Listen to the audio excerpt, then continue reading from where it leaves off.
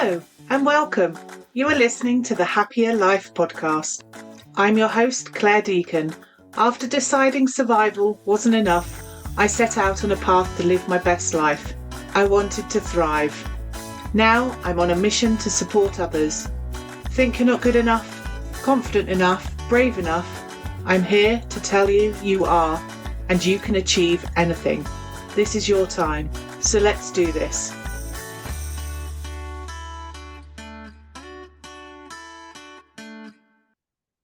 Hello and welcome to the Happier Life podcast.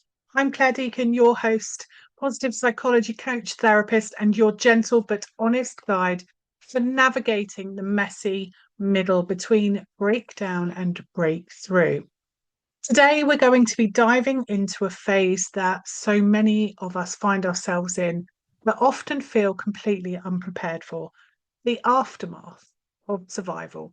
That place where the chaos has calmed, the immediate crisis is over, and you're left standing asking, now what? Maybe you've made it through something really hard: grief, burnout, trauma, a massive life upheaval. And now the world is asking you to start all over again from a place where you never intended to be. But instead of feeling hopeful, you feel stuck, numb, and disconnected.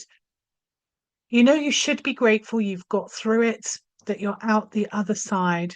It's not where you chose to be. It's not a place you intended to arrive at that point.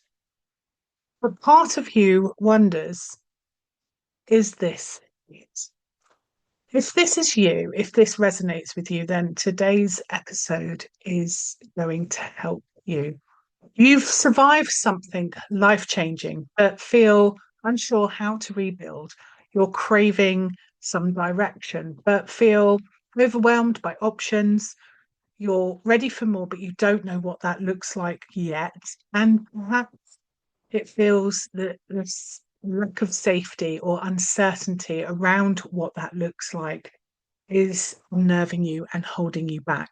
So let's really explore what it means to move beyond that survival mode, why this phase can feel so confusing, and how really you can normalize that. So I'm going to give you some practical soul aligned steps to help you reframe, rebuild, but on your own terms. So deep breath. Let's do this together. So when you're stuck in that thick of survival mode, and when you're just trying to get through your day, it's all about safety. Your brain and your body are focused on one thing: protection, and rightly so. It's all about survival and making sure you make it through to the next day. But what happens when that storm goes quiet? Suddenly, all of that adrenaline that has been pumping through your body fades, and really the urgency lifts from you of the actions that you had to take, and you're left with an eerie stillness, silence, like the emotional equivalent of wandering through your house after a flood. Things might look okay on the surface, but inside you're not sure where to begin. And here's the hard truth: no one prepares you for this part. People rally around you in a crisis. They offer support when things are falling apart. But in the aftermath, when you're trying to piece together a new version of life, they've gone back to their own lives, and suddenly it can feel very quiet for you because you're the one who's still living a life that you don't recognize and you didn't intend to be in.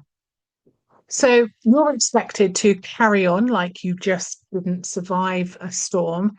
And this is where the rebuilding begins, because there isn't going to be a dramatic comeback, but it's about slow, gentle steps. And it first starts with that decision to stop surviving and start choosing. And I can really resonate with this because personally, I found myself at a very low moment after my husband had passed away, and I felt that storm had finished, and the children had gone back to school, and everyone else's normal had continued on, and there was no normal for me anymore, and it meant that I had to face doing things differently. I'd not just lost him in the here and now, I'd lost the whole of the future that we had together. I'd lost that dream. Things were never going to look the same again. So there was part of me that's the question about fighting and having to fight to get things back to a normal, to support my children, etc. But if I was going to do all of that fighting, I knew that I needed to do it for something more than survival because damn, it's hard work and it takes perseverance and it takes courage to do all of this. So I made that decision there and then that if I was going to do this, if I was going to have to live a life where curveballs can be served without warning to you, then I was choosing to go beyond survival, which is fundamental in everything that I talk about now and the work that I do with clients, is that we all deserve more and we get to live a life which is more and you find you're happier. So let's get really clear. Moving beyond survival doesn't mean everything is perfect. It doesn't mean that you're suddenly bursting with confidence or joy and dancing around and everything's resolved. But it does mean that you're no longer in that survival place. It means you get to begin to notice those tiny moments of stillness that don't feel terrifying. The urge to start to dream again, even if it's foggy. Remember, your brain can close down and stop processing because it focuses where the attention needs to be in that moment. So it takes a while for it to feel safe again and for every part of your brain to start moving forward, which is where we talk about brain fog. So a desire for more than just hoping is what we're looking to achieve next. And even if that more feels really far away right now, the fact that you're wondering about it, that's the spark. That's the start of rebuilding because rebuilding isn't about returning to who you used to be. It's not about creating a life that's grounded in who you were. It's about the life that's grounded in who you are now, after all you've learned, all you've endured, and all you've survived. And I promise you, there is a life beyond this moment, even if you can't see it just yet. So you don't need a 5 year plan. You don't need to reinvent everything overnight. But what you do need is a place to start. So here are 4 gentle ways that I'm going to give you to start reclaiming your future, but doing it on your terms in a way that feels safe for your central nervous system. So the first step is to reconnect with what matters when everything else has been stripped away. It can be an invitation for you to ask what actually matters to you right now. So this is your opportunity to rebuild with intention, not from pressure or expectation, but from clarity. So ask yourself, what do I value now? What do I want more of? What do I want to leave behind? And it's okay if some of these answers surprise you. Maybe what mattered before the storm no longer fits. It's not regression, it's about evolution. So you get to choose.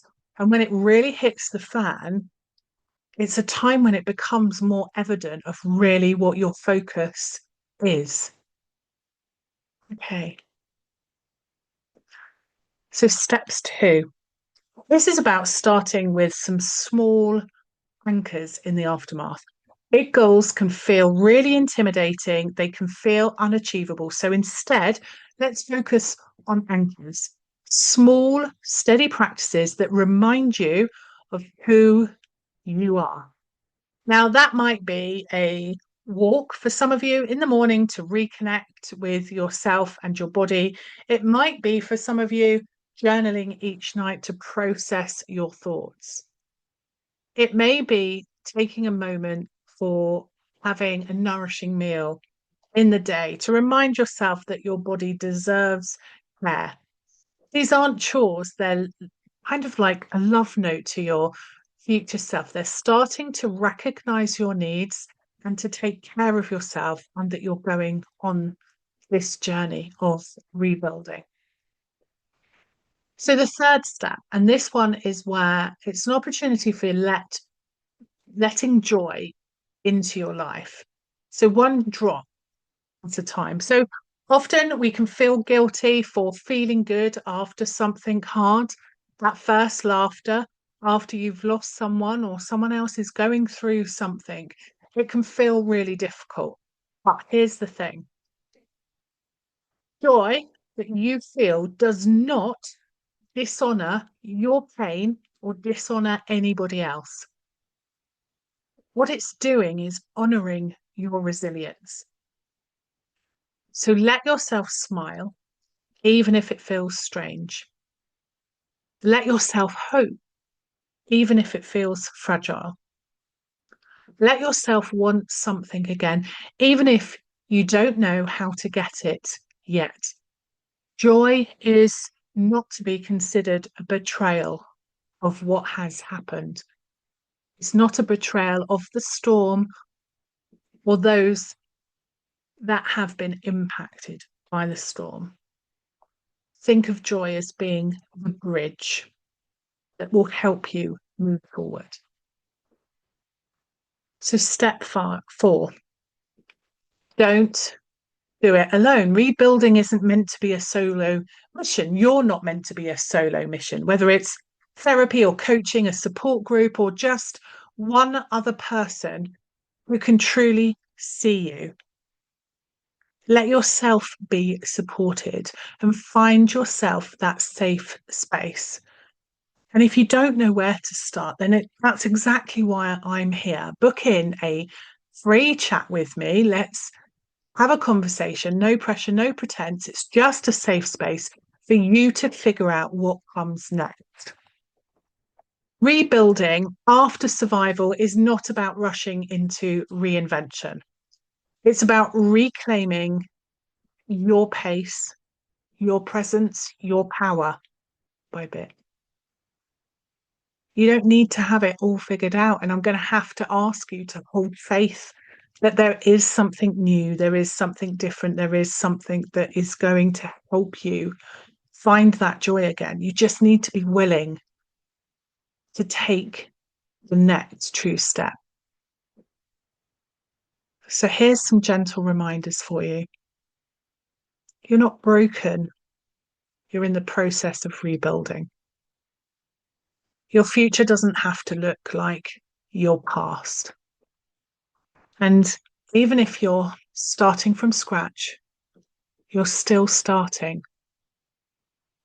So, if this episode has resonated with you and you're ready to go deeper, then let's talk. You can book a free call with me at happyacoach.com/chat or email me claire@happyacoach.com and I'll send you some thoughts. So until next time, be kind to yourself. You're doing a brave, beautiful work of becoming.